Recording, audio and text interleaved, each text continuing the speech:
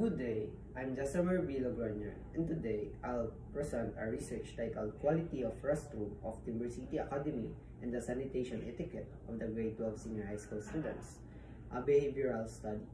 This study focuses on how physical quality of school restrooms affects the hygiene practices of the Grade 12 students. Clean restrooms are essentials for students' health, safety, and learning environment. But poor sanitation can spread diseases and negatively affect students' mental well-being. Our research aimed to determine the relationship between restroom quality and the sanitation behavior of students. We conducted a quantitative study at Timber City Academy using surveys and observational analysis. 38 grade 12 students from different sections participated, and we assessed restrooms based on cleanliness, availability of toilets, ventilation, and water supply.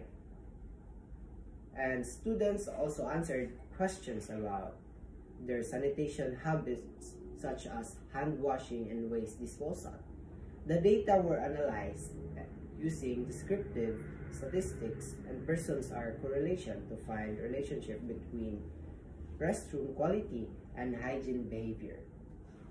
Our findings showed that most of the students disagreed that restrooms were clean, well-maintained, or well-supplied.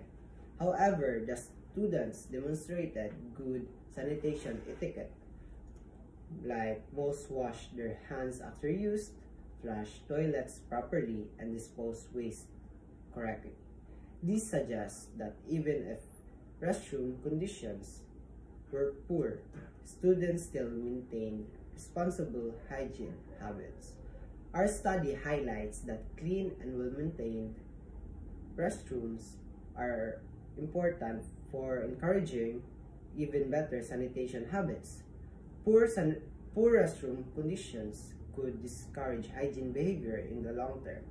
We recommend that school improve restroom, maintain, and hygiene education to further promote healthy habits.